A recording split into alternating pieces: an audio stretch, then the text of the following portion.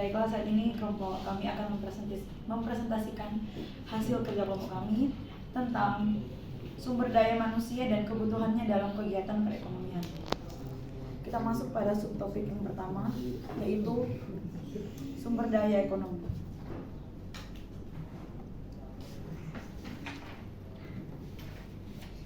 Sumber daya manusia sebagai salah satu elemen terpenting dalam struktur ekonomi, memegang peran sentral dalam bentuk dinamika ekonomi satu negara. Kehadiran dan peran manusia dalam aktivitas ekonomi telah menjadi perhatian utama dalam ilmu ekonomi sejak lama.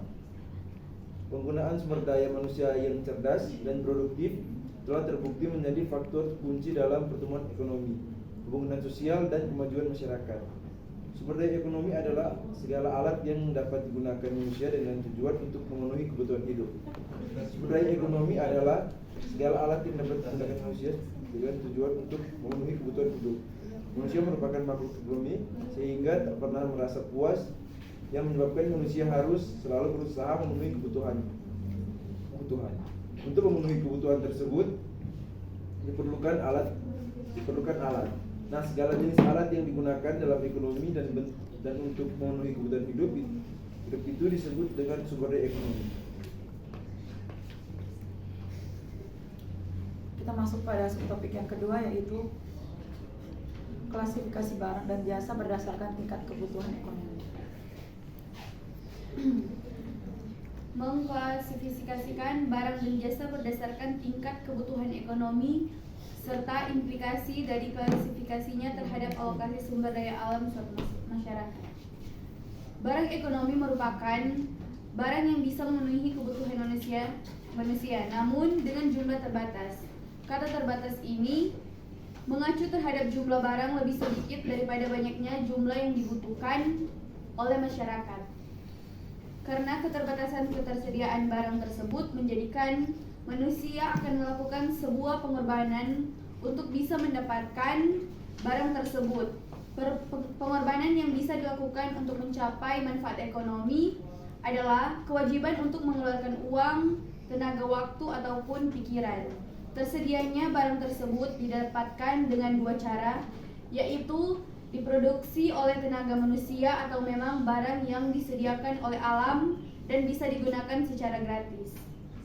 Klasifikasi barang dan jasa berdasarkan tingkat kebutuhan ekonomi ada beberapa. Yang pertama, barang benda fisik atau benda yang memiliki wujud fisik yang dapat diperdagangkan atau digunakan untuk memenuhi kebutuhan manusia. Klasifikasi barang berdasarkan tingkat kebutuhan ekonomi dapat dibagi menjadi 3 kategori. Yang pertama, barang kebutuhan primer, yang kedua barang kebutuhan sekunder, dan yang ketiga barang kebutuhan tersier. Dua ada jasa.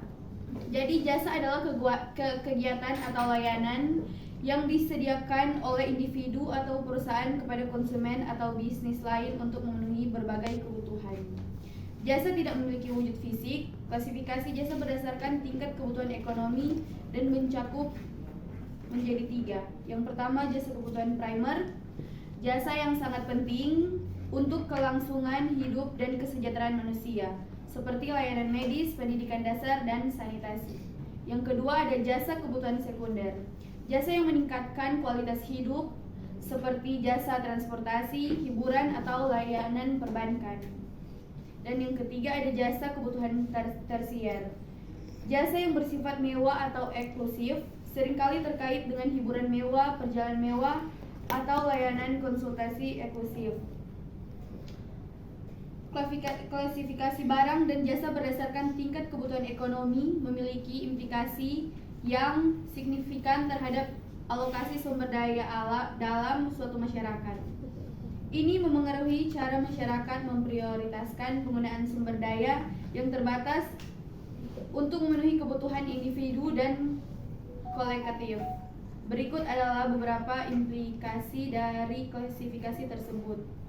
Yang pertama ada prioritas alokasi sumber daya. Barang dan jasa yang diklasifikasikan sebagai kebutuhan dasar seperti makanan, air, perumahan, dan layanan kesehatan biasanya memiliki prioritas tertinggi dalam alokasi sumber daya. Hal ini karena mereka merupakan unsur penting untuk kelangsungan hidup dan kesejahteraan individu. Barang dan jasa yang dianggap sebagai kebutuhan sekunder, seperti hiburan atau barang-barang mewah mungkin mendapatkan alokasi sumber daya yang lebih rendah karena mereka tidak bersifat esensial. Yang kedua, kesejahteraan sosial. Pengelolaan sumber daya berdasarkan tingkat kebutuhan ekonomi dapat memiliki dampak signifikan pada kesejahteraan sosial masyarakat. Ini memenuhi kebutuhan dasar seperti pendidikan dan layanan kesehatan. Dapat meningkatkan produktivitas dan kualitas hidup individu, yang pada gilirannya dapat mendukung perkembangan ekonomi dan sosial yang lebih baik. Ketiga, ada ketidaksetaraan sosial. Ketidaksetaraan sosial dapat muncul jika alokasi sumber daya tidak seimbang antara berbagai jenis barang dan jasa. Kebutuhan dasar tidak terpenuhi bagi sebagian besar masyarakat. Sementara sumber daya dialokasikan untuk kebutuhan mewah ini dapat memperdalam kesenjangan sosial. Yang keempat, pengaruh kebijakan pemerintah. Jadi pemerintah seringkali memainkan peran dalam mengarahkan alokasi sumber daya dengan mengatur, mengawasi atau bahkan mensubsidi produksi atau konsumsi barang dan jasa tertentu. Yang kelima, perubahan dalam kebutuhan ekonomi. Klasifikasi kebutuhan ekonomi dapat berubah seiring dengan perkembangan masyarakat dan perubahan preferensi individu. Barang atau jasa yang dulu dianggap mewah bisa menjadi lebih penting atau sebaliknya. Ini akan memengaruhi bagaimana sumber daya dialokasikan dalam jangka panjang. Yang keenam, ada pertimbangan etika. Sumber daya berdasarkan tingkat kebutuhan ekonomi juga melibatkan pertimbangan etika dan moral dalam masyarakat. Diskusi tentang keadilan sosial dan tanggung jawab kolektif dalam memenuhi kebutuhan dasar seringkali muncul. Dengan demikian, klasifikasi barang dan jasa berdasarkan tingkat kebutuhan ekonomi memiliki implikasi yang luas terhadap cara sumber daya dialokasikan dalam masyarakat. Hal ini juga mencerminkan nilai-nilai prioritas dan tujuan yang diadopsi oleh masyarakat dan pemerintah dalam upaya mencapai kesejahteraan ekonomi dan sosial yang diinginkan. Perekonomian dua sektor dan tiga sektor. Perekonomian dua sektor. Perekonomian dua sektor adalah perekonomian yang terdiri atas interaksi dua pelaku ekonomi, yaitu sektor rumah tangga dan perusahaan. Yang pertama, sektor rumah tangga. Sektor rumah tangga meliputi individu dan keluarga dalam masyarakat. Mereka adalah konsumen yang membeli barang dan jasa untuk memenuhi kebutuhan dan keinginan mereka, yaitu membeli barang dan jasa seperti makanan, perumahan, kendaraan, pendidikan, dan hiburan. Tabungan dari rumah tangga dapat diinvestasikan dalam bentuk simpanan di bank atau investasi lainnya. Investasi ini dapat menjadi sumber dan bagi sektor bisnis. Yang kedua, sektor bisnis atau perusahaan. Sektor bisnis terdiri dari perusahaan yang memproduksi barang dan jasa yang akan dijual kepada konsumen. Perusahaan memperoleh pendapatan dari penjualan produk atau layanan mereka kepada konsumen atau dari investasi yang dilakukan oleh rumah tangga atau investor lainnya. Pendapatan ini digunakan untuk membayar biaya produksi seperti gaji karyawan, bahan baku, peralatan, dan lain-lain. Sisa pendapatan setelah biaya produksi disebut sebagai keuntungan. Sebagian dari keuntungan dan investasikan kembali dalam perusahaan untuk pertumbuhan atau dikembalikan kepada pemegang saham sebagai dividen. Cara kerjanya, sektor rumah tangga membeli barang dan jasa dari sektor bisnis untuk memenuhi kebutuhan mereka. Nilai yang memicu pemerintahan barang dan jasa di pasar. Mereka membayar upah kepada karyawan mereka dan membeli bahan baku serta sumber daya lainnya. Dari sisi sektor rumah tangga, pendapatan diterima dari pekerjaan dan investasi mereka, yaitu digunakan untuk membeli lebih banyak barang dan jasa, serta tabungan atau investasi. Dari sisi sektor bisnis, pendapatan diterima dari penjualan produk atau layanan mereka yang bisa digunakan untuk membayar biaya produksi dan mengembangkan bisnis mereka. Siklus ini terus berlanjut, menciptakan aliran pendapatan, produksi, dan konsumsi dalam ekonomi dua sektor. Interaksi antara sektor rumah tangga dan sektor bisnis adalah dasar dari aktivitas ekonomi masyarakat dan menghasilkan pertumbuhan ekonomi pembangunan. Yang kedua, perekonomian tiga sektor. Perekonomian tiga sektor merupakan perekonomian yang meliputi kegiatan dalam sektor perusahaan, rumah tangga, dan pemerintah. Dalam ekonomi tiga sektor belum terdapat kegiatan mengekspor dan mengimpor, sehingga dinamakan juga ekonomi tertutup. Topik yang ketiga yaitu perekonomian terbuka. Perekonomian terbuka adalah perekonomian yang melibatkan diri dalam perdagangan internasional atau ekspor dan impor barang dan jasa serta modal dengan negara-negara lain. Perdagangan internasional dalam perekonomian terbuka terjadi karena adanya sejumlah faktor yang mendorong negara-negara untuk berinteraksi dalam pertukaran barang dan jasa.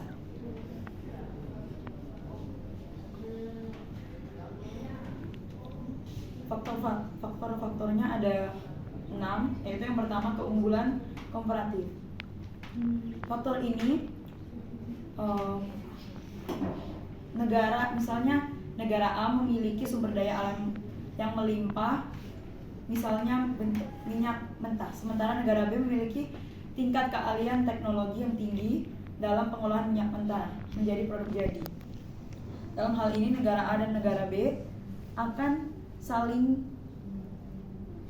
melakukan pertukaran perdagangan agar mendapatkan manfaat dari efisiensi ekonomi yang meningkat.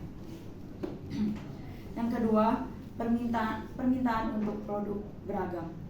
Contohnya negara X memiliki iklim yang tidak cocok untuk pertanian buah tropis, tapi ada permintaan tinggi di dalam negeri untuk buah-buahan tersebut.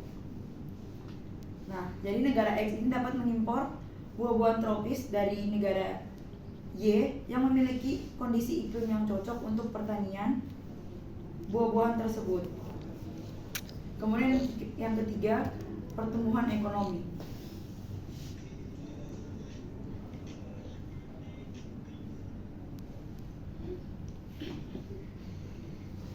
Jika negara Z memiliki industri manufaktur yang berkembang pesat dan meningkatkan ekspornya ke pasar internasional, hal ini dapat menghasilkan peningkatan produksi dalam negeri dan penciptaannya lapangan kerja yang lebih banyak. Pendapat sektor ekonomi lainnya. Kemudian yang keempat ada akses ke pasar yang lebih besar.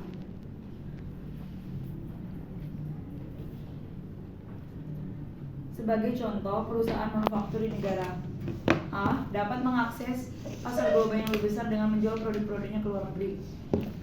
Jadi hal ini bisa berarti meningkatkan penjualan dan keuntungan bagi perusahaan tersebut. Sebagai hasilnya, perusahaan dapat memperluas operasinya, menciptakan lapangan kerja tambahan dan berkontribusi pada pertumbuhan ekonomi domestik. Kemudian faktor yang kelima, efisiensi produksi.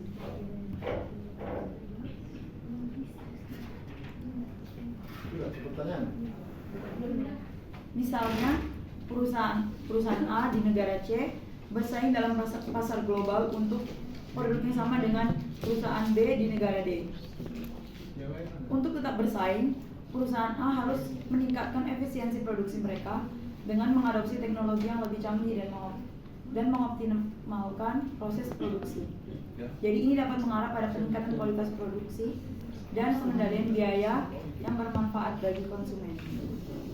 Kemudian faktor yang terakhir, pola konsumsi dan produksi. Sebagai contoh, negara E memiliki keunggulan komparatif dalam produksi kendaraan bermotor, sementara negara F memiliki keunggulan komparatif dalam produksi produk elektronik. Karena itu negara E fokus pada produksi kendaraan bermotor dan mengimpor produk elektronik dari negara F. Ini menghasilkan spesialisasi ekonomi yang lebih besar di kedua negara dan peningkatan efisiensi dalam produksi masing-masing jenis produk. Sekian presentasi kami. Kita masuk pada sesi tanya jawab. Dipersilakan setiap kelompok memberikan satu pertanyaan.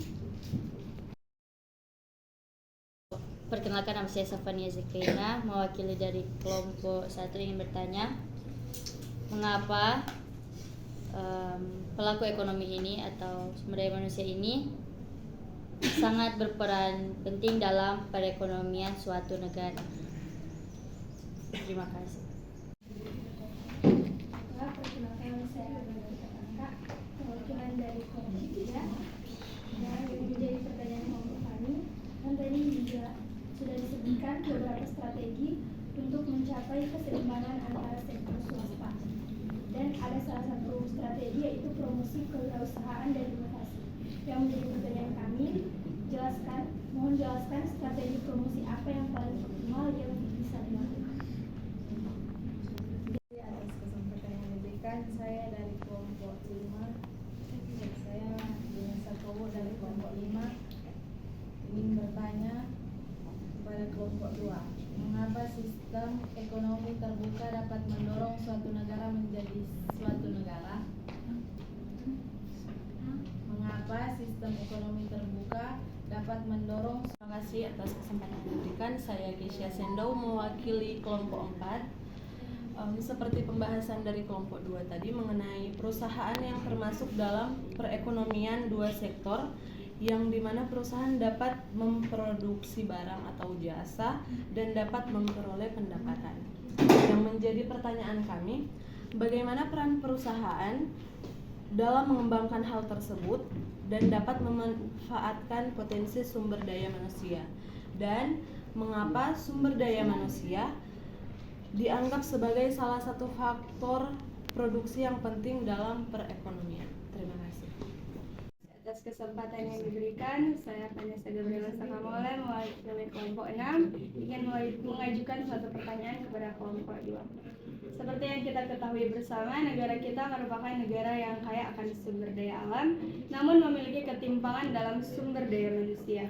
Nah, menurut pandangan dari kelompok 2, skema apa saja yang bisa dilakukan baik oleh pemerintah maupun instansi-instansi tertentu agar sumber daya manusia di Indonesia semakin berkembang pesat, agar negara kita dalam pengelolaan sumber daya alamnya tidak bergantung kepada negara lain. Sekian dan terima kasih.